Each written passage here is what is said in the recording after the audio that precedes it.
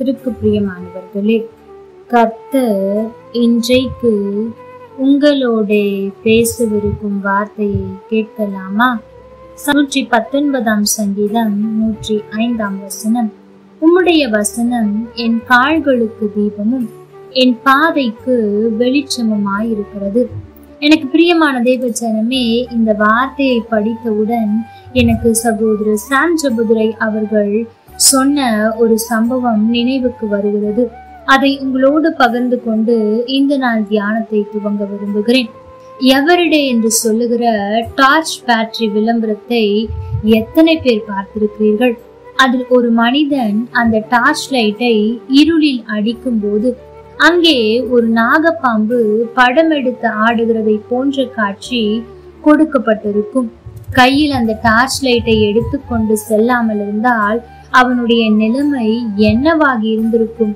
கொடிய விஷமுள்ள பாம்பினால் தீண்டப்பட்டு மரித்து போயிருந்திருப்பான் என்று இந்த சம்பவத்தை சொல்லிவிட்டு, நாக பாம்பிலும் கொடியவன் தான் சாத்தான் ஆகிய வலு சர்ப்பமானவன்.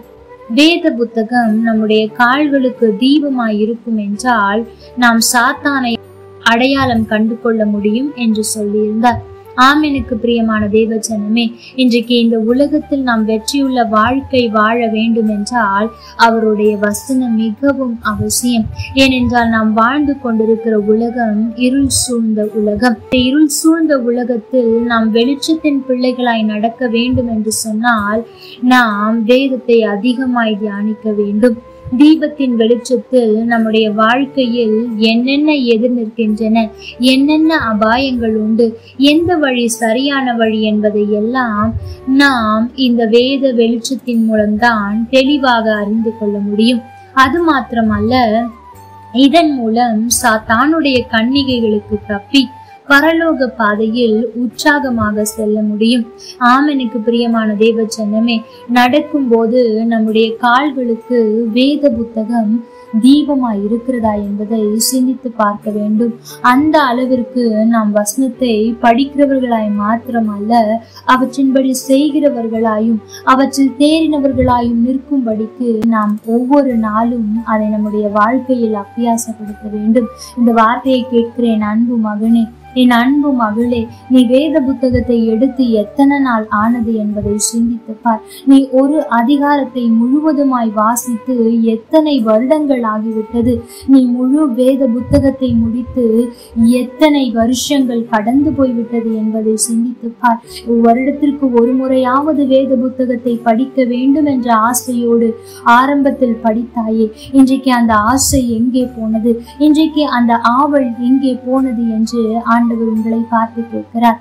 எனக்கு பிரியமான தேவ பிள்ளைகளே, இந்த வார்த்தையை கேட்கிற நீங்கள் ஆண்டுடைய வார்த்தைகளை கேட்கிறவர்களாய் மாத்திரமல்ல, படிக்கிறவர்களாய் மாத்திரமல்ல, தியானித்து நடக்கிறவர்களாய் இருக்க வேண்டும் என்று அவர் விரும்புகிறார். இந்த வார்த்தையை கேட்கிற உங்களில் அநேகர் ஆரம்பத்தில் நீங்கள் வேதத்தை வாசித்தது போல இப்பொழுது வாசிப்பதில்லை.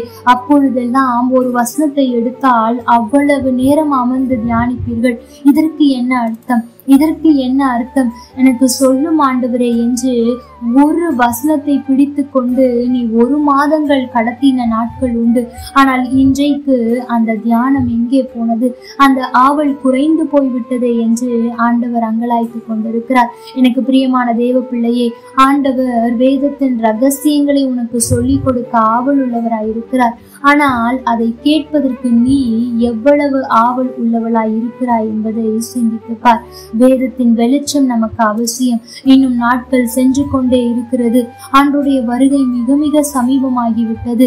இருள் சூழ்ந்த உலகத்தில் நாம் வெற்றியுள்ள வாழ்க்கை வாழ்ந்து பரலோகத்தை சென்றடைய வேண்டும் என்றால் ஆண்டுடைய வசனத்தின் மேல் பற்றுதலாய் இருக்க வேண்டும். ஆண்டுடைய வசனம் நம் கால்களுக்கு தீபமாய் மாற வேண்டும். அதை ஒரு நாளும் மறந்து விடாதீர்கள். இந்த மாதத்தில் அதிகமாய் அவர் சமூகத்தில் அமர்ந்து அவருடைய வார்த்தையை படிக்க நீங்கள் பிரயாசப்படுங்கள். கர்த்தர் நிச்சயம் உங்களுக்கு உதவி செய்வார். கர்த்தர் தாமே உங்களோடு கூட இருந்து உங்களை ஆசீர்வதிப்பாராக. ஆமென். லைக் பண்ணுங்க, ஷேர் பண்ணுங்க, கமெண்ட் பண்ணுங்க.